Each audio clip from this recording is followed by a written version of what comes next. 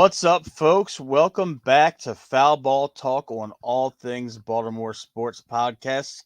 It has been a 2 week hiatus. Timothy has been on vacation. I hope you enjoyed yourself.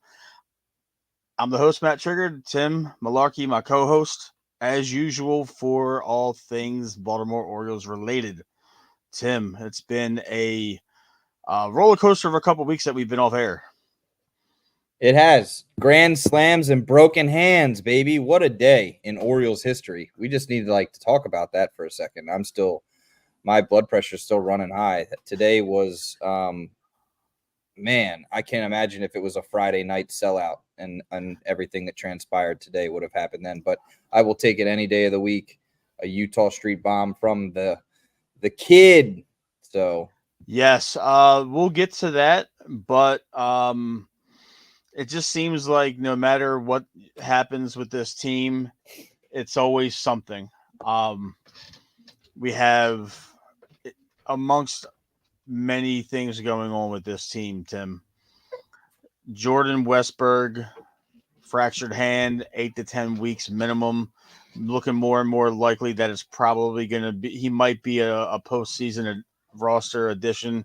We're going to have to tolerate Ramon Urias at third base for the foreseeable future.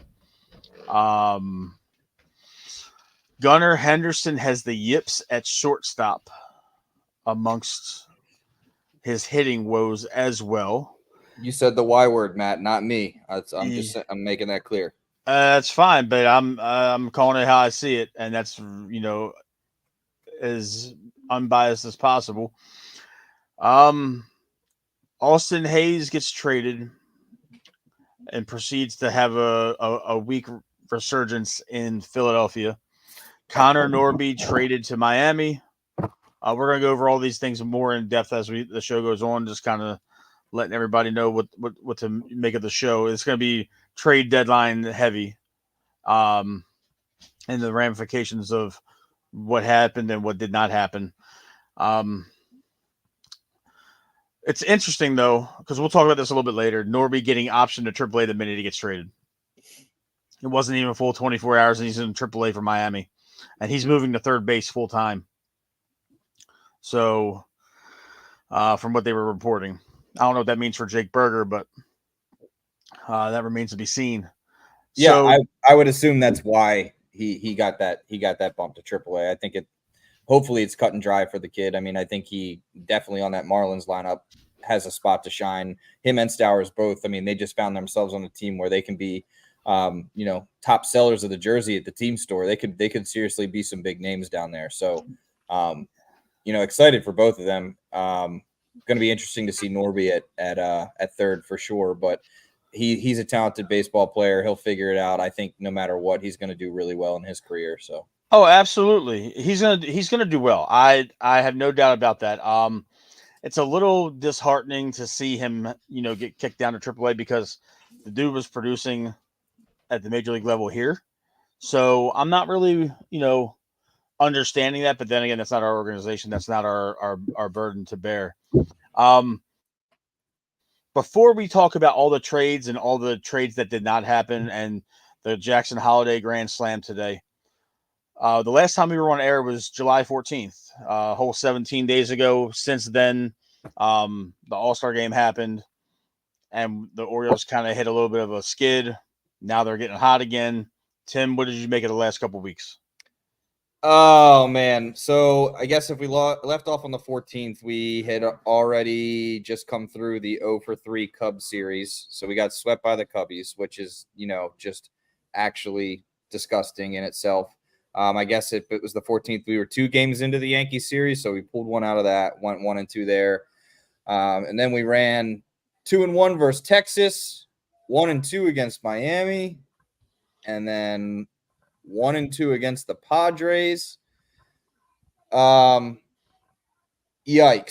That's what I have to say about that. I mean, we had a 5-game skid between that Cubs and Yankees series. Let's see. We went 8-8 through the Yankees and Toronto series. I mean, that's still 500, but the team just looked out apart, Matt. They looked flat.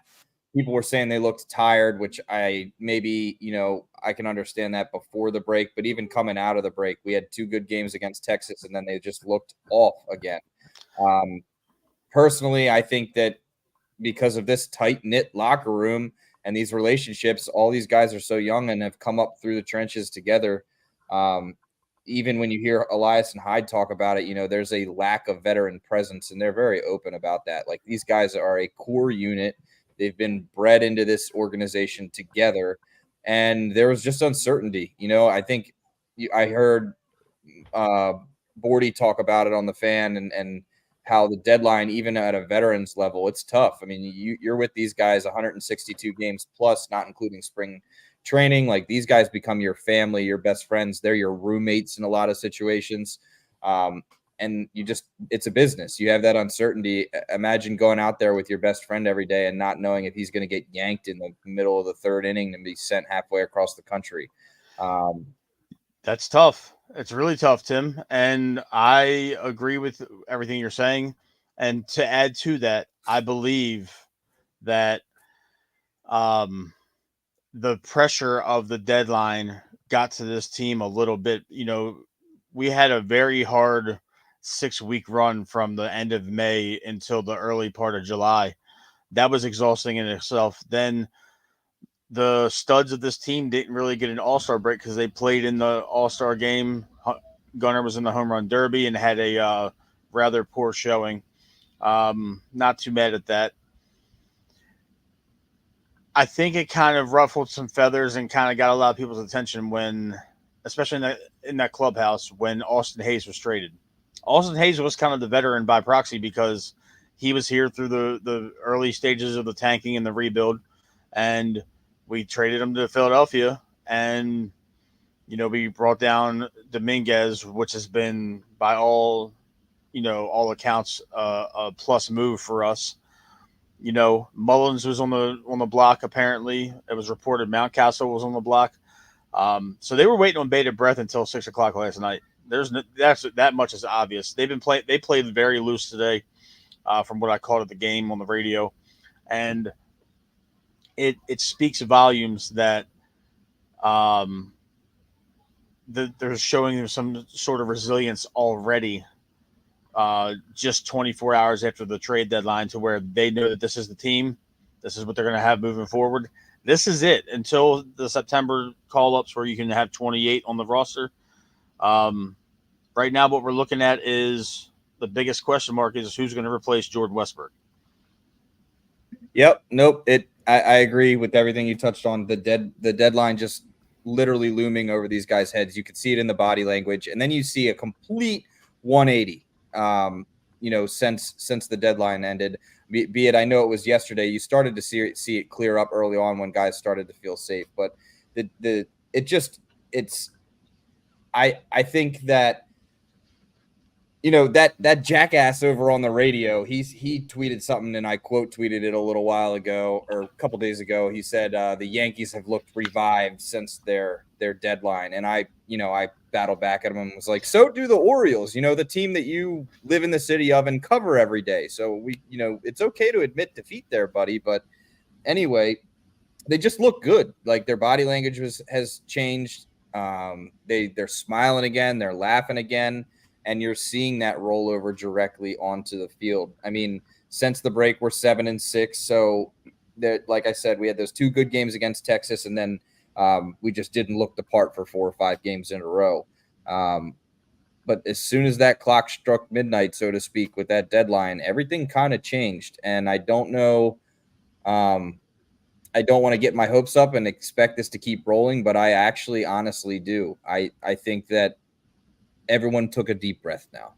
There's time to relax. And then you run into the broken hand of Westburg today, and the uncertainty of who's going to get that call. I think, there's talks about Vavra doing it. I think that Livian Soto might be an option there. I think he's the guy.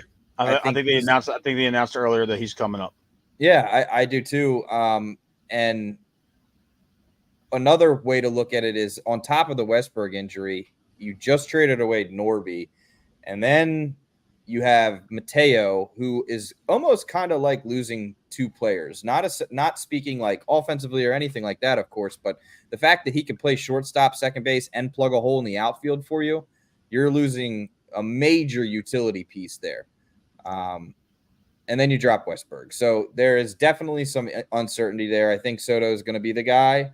I think that my opinion on this matter might ruffle some feathers, but sacrifice the offensive bat. We have the players on this team that can put up the offensive production. Just put somebody out there that can certifiably play the position. Put somebody out there that can dig up the ball. You're not worried about any defensive bloops, especially when you got Mr. Henderson over there, as you said it, with the yips. I refuse to admit defeat on that one just yet, but you're calling it like you see it, and there has been some ugly defense lately. So losing Westberg is big. Sacrifice the offense. Don't worry about the offense. Put somebody out there that's certified and that you're not stressing about, you're not worried about, and I will feel much more comfortable. I think we have the guys in place to pick up the slack offensively for whoever you put out there. I'm going to say something that's going to probably ruffle some feathers as well. And full transparency, a lot of people watch our show. We don't really talk about what's going to be said. We just kind of have an agenda in terms of prepping for this show. I'm not overreacting here. We might have to seriously consider moving Henderson to third base and letting Jackson play shortstop. And then letting Westberg take second base the way that it was intended a couple years ago when all this started. I know that's going to really ruffle some people's feathers, but how much longer are you going to let Henderson play this type of defense? Okay, so let's break that down a little bit. I have seen the same idea floated around by certain people online. And I'm not getting this offline. I'm prefacing, like, I wanted to articulate it with my reason, not necessarily what I saw online, but proceed on. No, yeah. So I think that what I'm trying to get at is that there's other people that have your thought process right now on that. While I think that there's more ups than downs on why that would make sense. It's the scale is tipping heavier to that would potentially make sense. I am defeated by the fact that I think that this organization is locked in and has thrown away the key with him at shortstop. I think he is there to stay. I think it's even as it boils down to even having a stupid promotional video. Not stupid, it was great, but like a little promotional video of Cal handing over the desk essentially at shortstop. I think that they've made up their mind. They are planting his feet in the ground there, and they will build whatever kind of team they want around him until the time comes where Boris decides to allow his player to sign a contract. But I think that he is there to stay based on what I see and hear from this organization.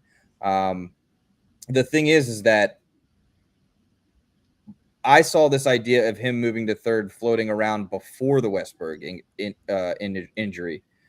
Now you have this Westberg injury, and it makes it all that more interesting, especially because your everyday third baseman that you're floating out there right now is Ramon Urias. And while he has seemingly been one of the hotter bats on the team since over the last 3 or 4 games, which chaps my ass a little bit for me to admit that. Got some razor burn going on down there, but it's it makes it even more interesting. It makes it interesting. But then I backtrack and I'm like, then you got to shift around so much stuff. And I mean, the only thing that would be easy is putting Holiday at his true position. I don't know. I think he's staying at short. Here's my thought process to all of it. Obviously, Gunnar Henderson's a generational talent. That's not going to be lost in my justification for it. Looking at the history of this organization, going back 40 years, Cal Ripken was the quintessential shortstop for an entire generation of Orioles fans. He made the move to third. Now, granted, it was a lot later than how Gunnar Henderson is, but the lineage of shortstops in Baltimore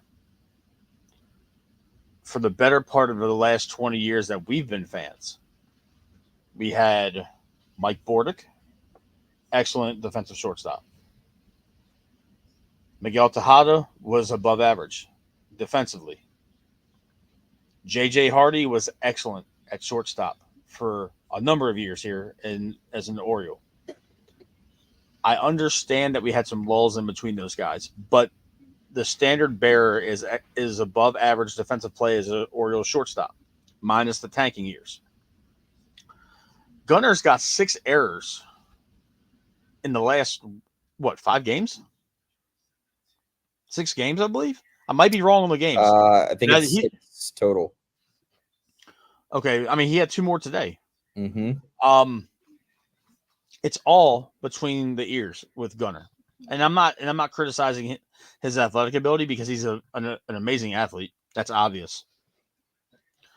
But why are we trying to fit a square peg into a round hole with Jackson at second base? I'm not criticizing his play at second base, but for argumentative purposes, Jackson's almost as good of an athlete as Gunner. He's faster, which is saying a lot. Jackson might be the second or third fastest guy on this team, depending on who you ask. The only one might be faster than Jackson is Mateo. So if you're talking about athletic standpoint, there's not much of a drop-off in terms of athletic ability for the shortstop position from Gunner to Jackson. I'm not trying to, say things for the sake of creating chaos or controversy, but Westberg can play second base. He can play anywhere you put him. Mostly, I'm pretty sure Westberg can play all 9 fielding positions. That's just me, though. No, I agree, and I hear you, and it does make sense to me. And our good buddy of the show, Pigtown Sports, just put it in the chat. But I think Gunner's arm is better than Jackson's. Which would allow him to play third farther out and still make those throws. Cal Ripken, this is from Pigtown in the chat, had 19 errors his first year and 25 errors his second year. But then he locked shit down. He did, and that's just another way to look at it. And what I started thinking about while you were talking about it is what worries me a little bit here is with this Westberg injury and probably some shifting or maneuvering of this infield. What I don't want to see happen, and some people might give me slack for this, is I don't necessarily want to see Mayo come up and be forced into a third base position. Now I know that might be his in, so to speak, and I think he could scrape by and manage it, and he's got a rocket of an arm. But I think what it comes down to is he's a first baseman, and obviously he's locked right now with Mountcastle over there, and that's what made the whole trade talks with Mountcastle interesting. I don't know. I think we still are going to play the service time game with Mayo, so I wouldn't be surprised if we don't see him before late August. I think that's when we'll see him make the push. Then he's still eligible for his Rookie of the Year next year, and I was honestly surprised to see Holiday come up like he did. I mean, I know with the Norby trade made it easier. Thank God he did now with the Westberg injury. I thought they were going to still try and play that service time Rookie of the Year, try and get that extra pick counting him next year. But I mean, he's up now, so he could, he can get his at-bats and get his games where he would qualify as a rookie this year. I don't know. It's definitely the Norby trade made you start to wonder how this infield was going to shape up behind that Mateo injury. But now with the Westberg injury, it's definitely an eye raiser, and it's going to be really interesting to see what this team does. I think a factor that we haven't mentioned yet with Mayo is the Eloy trade. Because out of the 2 places that you could possibly play Mayo, Jimenez can play. He can be a DH. He's going to be a DH against left-handed hitters He's going to be a pinch hitter for most. We're not going to put him in left field in Baltimore. That much is obvious. I I think could right see now, them throwing him out there for one game just to laugh at it and say, okay, yeah, we're never trying this again. I mean, his metrics are terrible. As the yelling bastard of the 2-6 drive home has The jackass that he's eloquently stated repeatedly, referencing Eloy's misgivings in that in with his defense. But honestly, if we can get out of Eloy what we got out of Aaron Hicks offensively, I'm cool with that. That power bat against left-handed hitters, cool. We don't have enough right-handed bats in the lineup anyway. All of our major hitters are left-handed or switch hitters. No, yeah, and I think that was there was some kind of work going on there where they finally got someone to want to eat that contract up, and he fits into what Elias may have been chasing with having a situational right-handed bat that can plug a hole in the outfield if you really need him to, can DH when you need to get him in the lineup, can come in late game and play an inning in the outfield if you have to pinch hit him. And there's a reason he got paid $45 million or whatever it is. That there's no one denies that he can hit the hell out of the ball. He can hit the ball. I mean, his metrics might not be as solid over the last year and a half as they have been his entire career, but there's no denying that dude's a hitter. And I think what Mike wanted and needed was to bolster a right-handed bat for Hyde's situational matchups that we all know Hyde loves. That's his thing. So there's one thing that worries me that the yelling Chode brought up, and I'm going to agree with him, and I hate that. For StatCast purposes, for Eloy on offense, 60.1% of his hits, his contact with the ball, are ground balls. So he has a 60%. He has a 40% elevation rate on all swings that created contact. That does worry me a little bit. I'm just hoping that he has the type of resurgence needed for this team. I think going from a potentially the most historically bad team to ever be fielded in the major league history, going from that to the thick of a pennant race might do wonders for him. We don't know that, but that remains to be seen. That's the trade I wanted to kind of talk about the most, or to lead off with it, because we got a lot to dive into with that, Tim. That's the one that surprised me the most. Yeah, it was the most surprising trade that we made. Trey McGough, didn't really know much about him, and we didn't give up a lot for Eloy. I thought we were going to kind of get somebody else back with Eloy because of that contract. It was a contract dump. This is the first time in recent memory where the Orioles have taken a contract dump of that nature. It's probably been about 5 or 6 years now.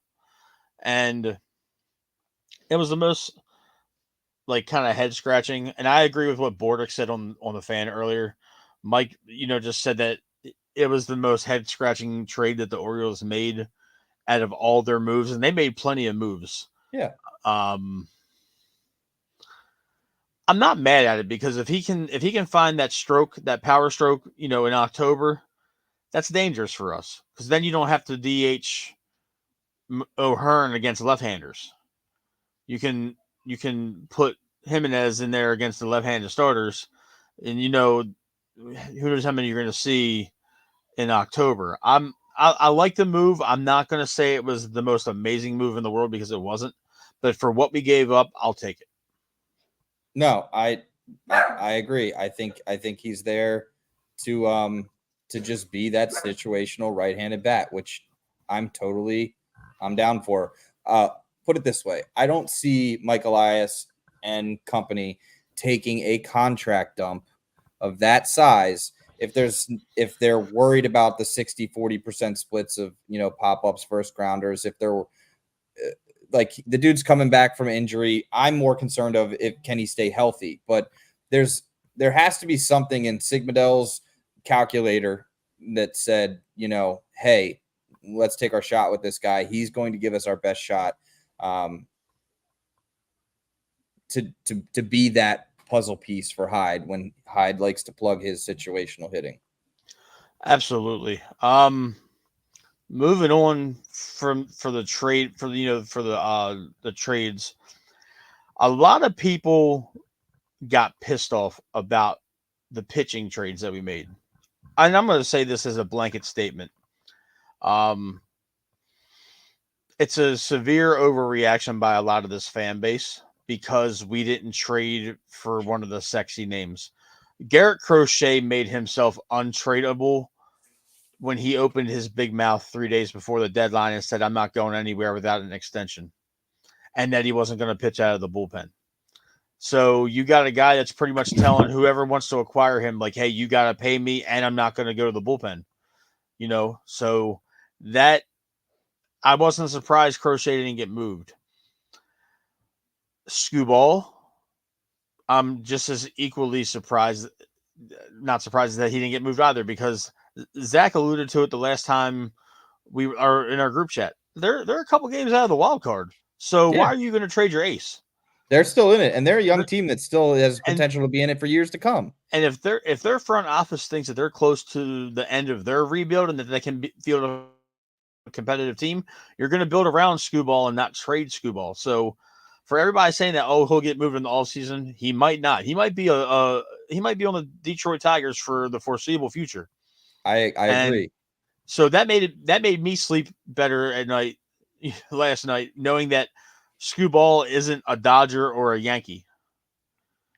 I am very comfortable with that idea. I think it's hilarious that Crochet, Skubal, and Mason Miller are the three biggest names that everybody was rumored to think is going here, and everybody. We talked a lot about these guys too, so that was us too. But yeah. I mean, when I say everybody, I mean like all of the NF or the MLB insiders that are putting all these tweets out saying, I talked to this, I talked to that, this is happening. That's what fed us to believe it, because we're getting this from guys that we've trusted and known to be correct.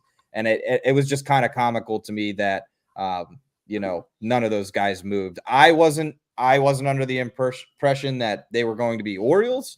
I knew that the price at the deadline would be way too high for them, especially with now you have the extended playoffs. More teams are still in the chase. Everybody's still in the chase. Everybody's still in wild card contention right now, which does nothing but drive the price up higher and higher and higher. And then you have GMs that are not as reserved as Mike Elias that are willing to go out there like the Padres did and give away 5-6 prospects, whatever it was.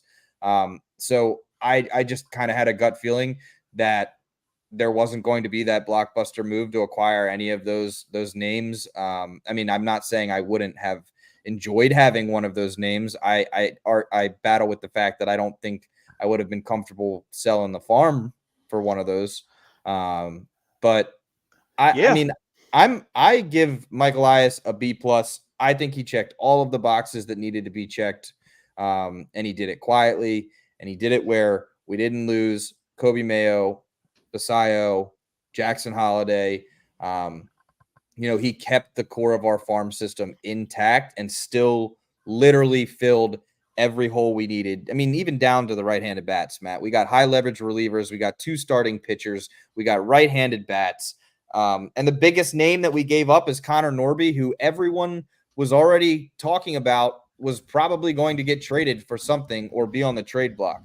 I mean, you could say Austin Hayes was the biggest name, but that's a guy that's hitting in your lineup 3-4 at-bats a week, and just doesn't have a spot on this team anymore. So, to come out with 1, 2, 3, 4, 5, 6, 7, 8, 9 names acquired, I just tip my hat. Job well done. Yeah, I'm not going to say that these moves are, all of them were outstanding A+ moves. Elias, we talked about it on our last show that Elias was going to make moves that Elias thought was good for the team, not only this year, but the next few years. Both starting pitchers we traded for are controllable for the next 2 years. I know Rogers is. Yes. I believe Eflin is controllable next year. Yes. Controllable next year. So you got some quality, controllable years for these guys. And I don't pay attention to the win-loss numbers for either one of these guys, considering they came from dumpster fire organizations. That, you know, I know the Rays are always competitive, but they're not really that good right now.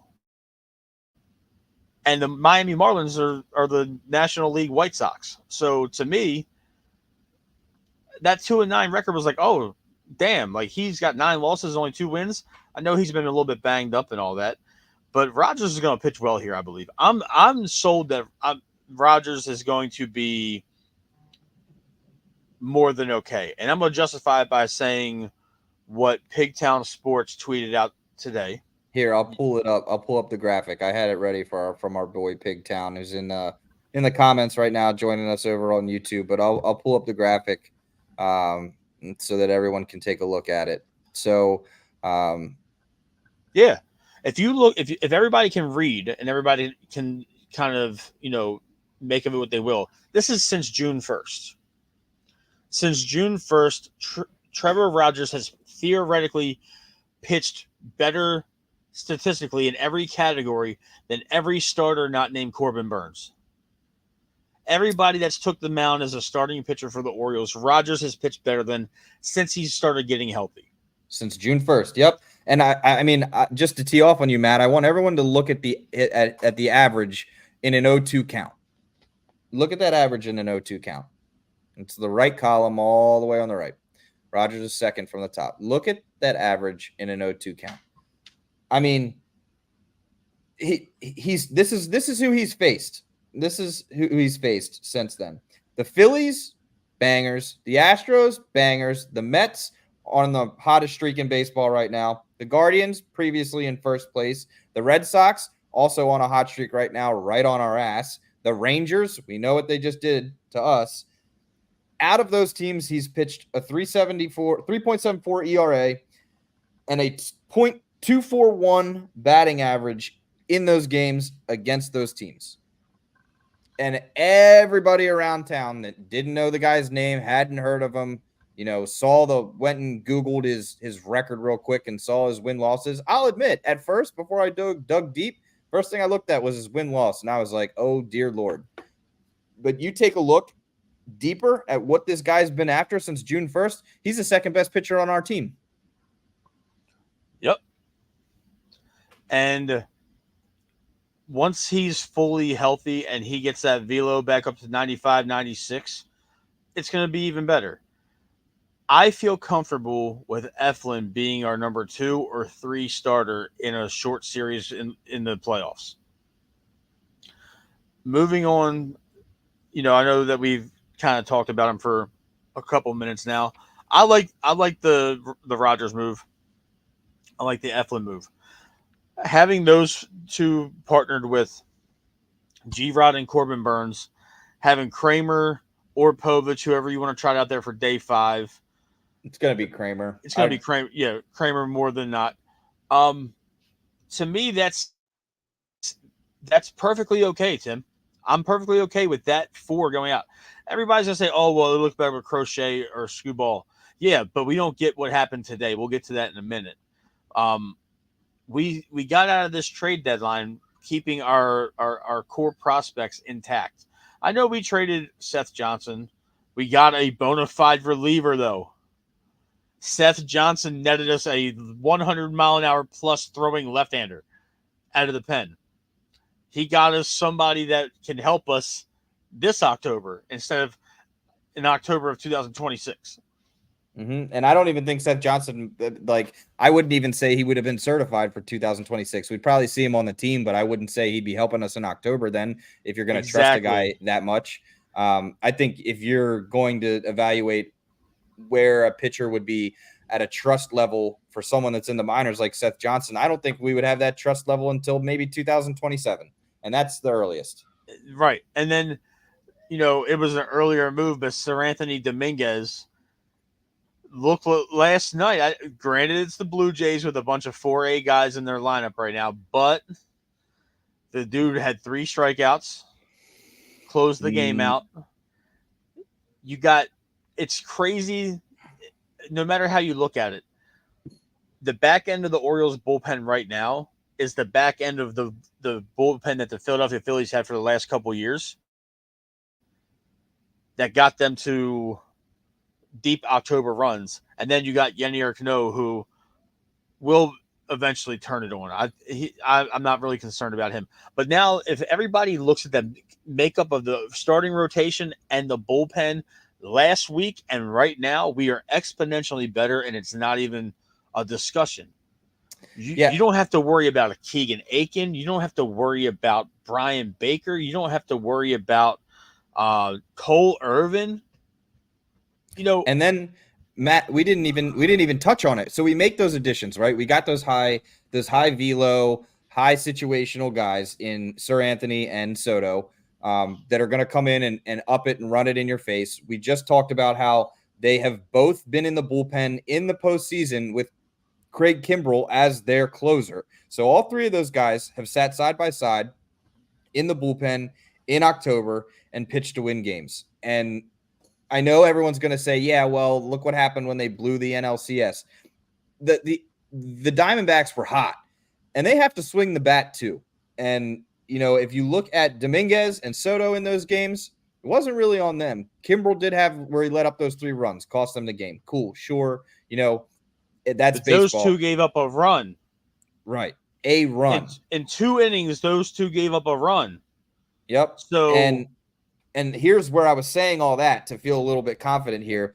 Don't forget that with the starting pitchers, we now have Albert Suarez in the bullpen, who can go out there for a 7th inning, go out there for a 6th and 7th inning, and run 95 miles an hour up. We know how he likes to pitch. He likes to attack. He's already been stretched out and has been pitching as a starter for us. So the endurance is there. You look that guy dead in the eyes and say, go get me 3 outs, go get me 5 outs, go get me 4 outs. You have him in the bullpen now, and he likes to attack. He likes to throw that fastball up there at 95.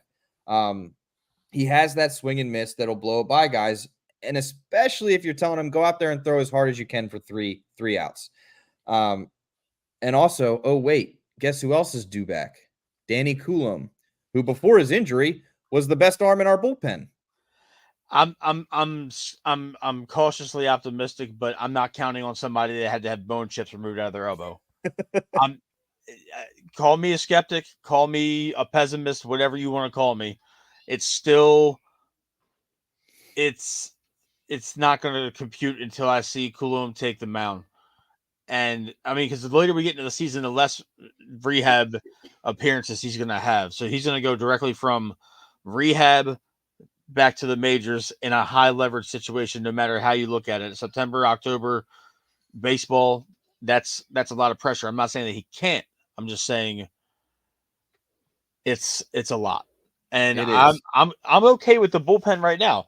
I was talking to somebody on Facebook earlier in one of the groups that I'm a part of, and they're worried about the rotation in the bullpen for October. We laid it out already. Corbin and Grayson are your 1 and 2. Eflin and Rogers are your 3 and 4. Kramer's your 5. You're going to stretch out Suarez. You're going to stretch out Povich. You got Soto. You got Dominguez. You got CNL Perez. You got Yennier Cano, and you got Kimbrell. That is a lot better than what we were talking about this time last week and this time last month. And arguably, it's a lot better than what we had in there opening day. 100%. So, I'm not going to sit here and say that we won the trade deadline because of all these moves. I'm still, going to be objective about it. We didn't necessarily make a huge splash move, which a lot of people wanted, but we got out of the trade deadline, didn't give up anybody essentially but Connor Norby. With Zach being the statistical nerd that he is and the statistical nerd that you are, Etzel leaving hurt you guys. That much was evident in the group chat. How do you complain about getting out of this trade deadline while you still have Kobe Mayo, Jackson Holiday, Heston Kjerstad, and Enrique Bradfield Samuel Basayo, Dylan Beavers, all still in your organization. Yep. And it goes to show how much the media drives it home to people that are just your casual viewers. They want that big name. They turn on and look at, the tweets, the reports, and they're like, oh, Orioles pitching is god awful. We need our savior. We have our savior. His name is Mike Elias. The man knows what he's doing. Trust in Mike Elias. There's a reason why this farm system is what it is, and he was able to keep it intact and go get everybody that we needed to fill a hole. Now, let these next 2 months play out, and I think people will be literally pleasantly surprised with the results of this deadline. Not to mention, you got guys under control for next year, with Corbin Burns being up in question. The ownership group could really shock the world and go out there and extend Corbin Burns. Can you imagine? It's not even going to be a shock. People don't understand that the ownership, Rubenstein fully took over today. The way the paperwork was laid out, the full transfer is now done. Yep. So yes, he still had to kind of ride the line a little bit with the Angelos transition. Okay, we didn't go and mortgage our farm system for anybody, which I'm totally fine with. I'm totally okay with that. No problem, nothing out of me. Now you extend Corbin, you get Adley under contract, and then you start going and buying some pitchers to come here. This is a destination team now. We are geared up at present day. Before you got to start paying all these dudes, our World Series window is at least 4 years to 5 years out. That's why I didn't overreact when we didn't land Skubal or Crochet. The guy that everybody wanted to be trade or be dealt, and the guy that we were kind of openly questioning on our last show a couple weeks ago, Jackson Holliday hits his first career home run, which is a 440-foot grand slam onto Utah Street, putting the game out of reach for the Blue Jays. Yep. That doesn't happen if you trade for Skubal. Okay, Skubal plays once every 5 days. Jackson is now a lot more important to us right in this second than he was a couple of days ago, than he was yesterday. Jordan Westberg is going to be out for the rest of the regular season. Yep. It's imperative that he gets acclimated. You could tell that he's having fun. That's the first time I've seen the kid smile. No, and that's what I was going to say is as soon as he hit that home run, you could see it on his face. It literally all washed off of him. He's like, hello, I'm here, and I'm not scared anymore. The leg kick was down. He had his first two at-bats were just little line drive and outs, but he hit that second home run. I don't care what anybody says. That was a home run. That was a home run. That was an opposite field home. He would have had 7 RBIs today. I was going to lose my job if he did hit that second home run because I almost lost my job for screaming in the middle of a crowded office. When I got the notification at the Grand Slam, I opened up my phone and turned the game on real quick, and it was delayed so I could hear Kevin Brown on the call. Shout out to Kevin Brown on that incredible call, by the way. Kevin Brown and Ben McDonald are the best play-by-play announcers in TV. Yeah, and it shook it literally. You could see it. He sat there and he watched that ball go. Fun fact about that, by the way, there's been 129 home runs hit on to Utah Street. There's only 2 players in MLB history it was their first home run. One is Robbie Grossman in 2013, not an Oriole, and the other is Jackson Holliday. So Jackson Holliday is the first Oriole to have his first career home run, a grand slam, albeit onto Utah Street. I dug a little bit deper there, thanks to my lovely wife pushing me and asking me questions to go deeper with the statistics there. Excuse me. Was that Mike Elias was the assistant director of amateur scouting for the Astros when Robbie Grossman played for the Astros and was called up in 2013 and hit that first career home run on the Utah Street. So just a little interesting tidbit there. I know you're probably like, that is the weirdest stat ever, and I don't care. You know what? Nothing surprises me with you because you find the most random things and make them sound so interesting. But it's true. I mean, it is true. And I saw the cool video come out after. It was a dad and son that actually got the ball. I was very happy to hear that it was not the arch nemesis Zach Hampel, but dad and son got it, and they actually coughed it up to Jackson, as you know, they should. And the dad had a really nice moment. He said, the reason I decided to turn this ball over and then just give it to you without any hassle is because, as he's holding his son's shoulders, said that I hope that he has the opportunity to be where you are one day, and that on his first home run, that whoever catches that ball has the same, humility and diligence to do what I just did here. So that was like a really sweet moment. Jackson is so awkward. He walked in the room and literally the first words out of his mouth were, "Hi, I'm Jackson." I'm like, oh, Is this thing on? That's who you are? Is this thing on? Damn that. I would have held them ransom. I knew you were going to say that. Ransom. Are you kidding me? I knew Tim, you were going to say that. Me and you would have had press passes forever. Forever, I say. Forever. And we would have been in the clubhouse with press passes for the rest of our lives, or they were never going to see that goddamn ball. Yeah. Can you imagine what would have happened on that flag court if Zach Hampel called it?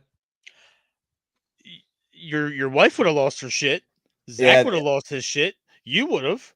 I just want somebody to knock him out in a baseball game. I don't care what game it's at. Yeah, but that's. This man went and gave the ball back, and he got a signed bat and a picture. That's it. That is it. That made me mad. I'm like, what are you doing? You have Jackson Holliday's first home run ball that was a grand slam. On to Utah Street. Right. It's going to be a plaque. That ball is going to have a plaque on the ground for the rest of eternity that this stadium is up. And you mean to tell me you just wanted a picture and a baseball bat? Bro, no. See, that's where I draw the line, because you want to be a good-hearted Orioles fan. I would have played hardball. Oh, you're not getting this back unless I want to be friends with Jackson Holliday by the time this is all over. Damn a picture. I want to be friends with the guy forever. BFFs forever. See, I don't care about any of that. No, that would not me. You're sitting in the suite, I'm assuming. The suite. I'm sitting next to David Rubenstein forever. Y'all can call him Daddy Dave all you want. I'd have been sitting next to him. His armed guards would be sitting next to me too. The man owns the Magna Carta. He owns the Magna Carta, Matt. Hey, I don't care what he owns. I would have owned that baseball until he gave me what I wanted. I'm pretty sure the Orioles are going to give that kid more than a bat and a picture. I hope. But that's all they put on social media. They don't need to broadcast it, but I'm telling you right now, I would have stood. That picture on eBay would have been me holding the ball in front of Camden Yards on Russell Street. I would buy that picture. I'm telling you. I'm sorry I went on my little rant, but that pissed me off when I saw it was and Jackson's so goddamn awkward. Like I understand you're 20 years old and all that shit, and this is all still relatively new to you, but I'm getting season tickets. I'm getting a box. Me and Dave are going to be on a first name basis. I'm in that clubhouse every night, 81 times. I'm going to be there. We're going to be there. You can't convince me otherwise. What could I get you to do for a Colton Cowser ball? A signed Colton Cowser ball? Are you going to sing and dance for me? No. Because you got that. You acquired that through a meet and greet, my man. Like, Matt, I did wanted to run some stuff by us before, by our viewers real quick. Our friend of the show, Pigtown Sports, we always bring him up. He drops some crazy stats. He dives deep. He does the work. He had one running that I teed off on a little bit and had to crunch the math because the sites don't have today's game up yet. At least they didn't before I went live. But we were talking about how this team looks super refreshed and revived since that deadline. So Zach had been running a stat from since the 28th. It has now been 5 games since the 28th. The Orioles hitters since then are 54 for 168. They have a combined 39 RBIs. They have a total 8 home runs, and they have an above 310 average right now as a team, as a whole. In that stretch, just some like little notes to tee on in those 5 games. Cowser has 3 home runs. He's batting plus 350. Gunnar has scored 9 runs. He has 9 runs scored. Tony Taters, man, that guy, you can't, those potatoes are fried hot right now. He is 7 for 19. He's got 5 RBIs. He has 2 dingers himself. I'll be the first to admit, I was down in the dumps with how this team had looked. I was not having a good time. I was visibly angry. It was hard. Like, even in our group chat, I know people were, Zach Pigtown was even talking about, like, I might not even turn this game on today. I'm going to go sit outside in the sun and burn my face off. Like, I was just not having a good time. And you know what? I think the team wasn't having a good time either. And now it seems like they are, because at this rate, nothing's stopping us. Your team's playing like this since it, and then Jackson Holiday comes up and hits a grand slam onto Utah Street. Are you kidding me? Those 5 games, by the way, have all been since the lineup change up with Cowser leading off. I like it. Can we touch on that? Cowser leading off. Luna wants to be on TV. Just let her be on TV. She does not stop. Cowser, man. Cowser is a bona fide leadoff hitter. This had been brought up in the past that his numbers would fit well in that position based on our team. And what do you know? Look at it go. I really like it. He looks relaxed. He looks like he's smiling. I think everybody's just having a good time. I'm all about this lineup switch up. I know that Hyde's going to mess around and switch it back up when he feels like he needs to, but ride the pine right now, man. Let this lineup go. Let it go. It's cooking.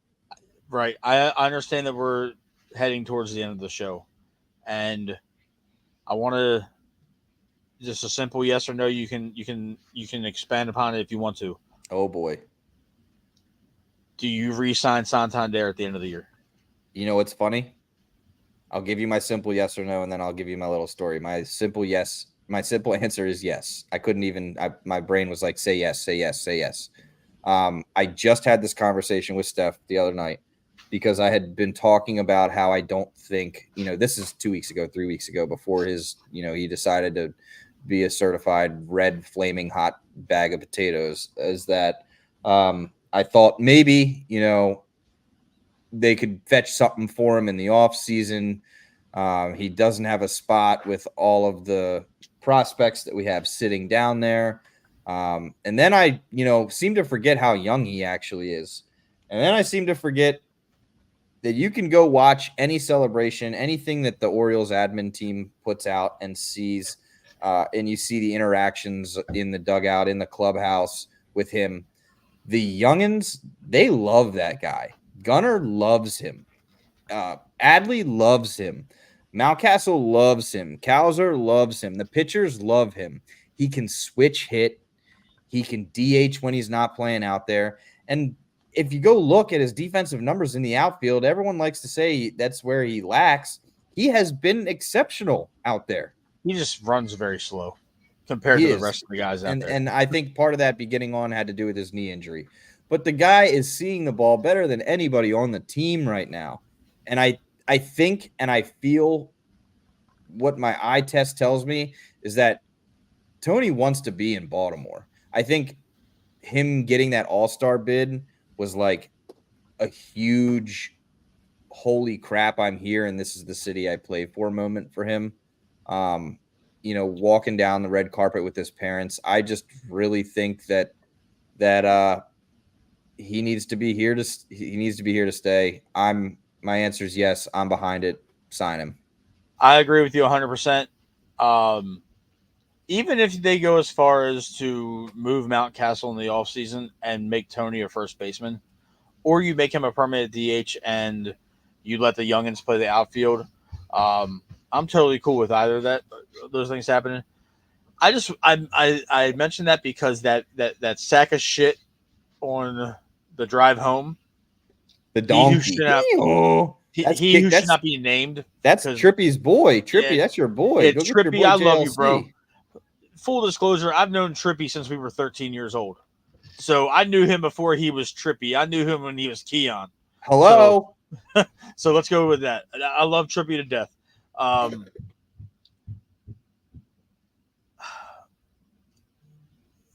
Jason brought up such a fuck. Excuse me, I'm so sorry. I'm so sorry. I try to keep this work appropriate. He brought up this dreadful scenario where Juan Soto leaves the New York Yankees next year and goes back to the West Coast, and the Yankees sign Santander to play right field for them for the next 5 years. And I almost wanted to crash the car. That scares the shit out of me, actually. Yeah, so that's why I wanted to ask you before the show was over, because it blew my mind. I'm like, this dude really just wants to piss everybody off so they can call in and rage at him. He's engagement farming in the highest fashion ever, and I hate it. I hate listening to that show right now. I love Tim. I'm friends with Tim. Tim Barblace, yeah, he's the man. I love Tim. I have hung out with Tim in a non podcasting environment. Tim is one of the coolest dudes I've ever got a chance to hang out with. And I'm not saying that because he's on radio. But Jason, if I could punch somebody in the face and not go to jail, I would punch Jason in the face. Oh, dear Lord, make me spit and shit. He's such a pretentious douchebag, and I can't stand it. And I listen to the 206 show just so I can get myself upset at what he's going to say today. It is unbelievable. He was yelling trade Corbin Burns yesterday at 3:45 on the goddamn radio. I'm like, you're an idiot. You're an absolute idiot. I don't call many people idiots, but he's an idiot. Scratch it. I call people idiots every day from where I work, but you know why. I'm not allowed to use the other word that Stephanie yelled at me for, but that's what Jason is. I hope she's not listening right now. She is. Oh, damn it. I didn't say it, Stephanie. I didn't say it. I promise. He certainly is. It's a lot to be bargained with. I couldn't. I mean, I don't want to see him go anywhere else. I love him here, and I think he has a place on this team. I honestly do. Matt, before we run out of time, do you want me to just run down the ins and outs of the trade for the listeners? A quick little recap of who's in and who's out. Yes, absolutely. We can go ahead and round that out. All right. So finalized trade deadline. Your Baltimore Orioles. These are your ins. Right-handed starting pitcher Zach Eflin. Left-handed starting pitcher Trevor Rogers. Right-handed reliever Sir Anthony Dominguez. Left-handed reliever Gregory Soto.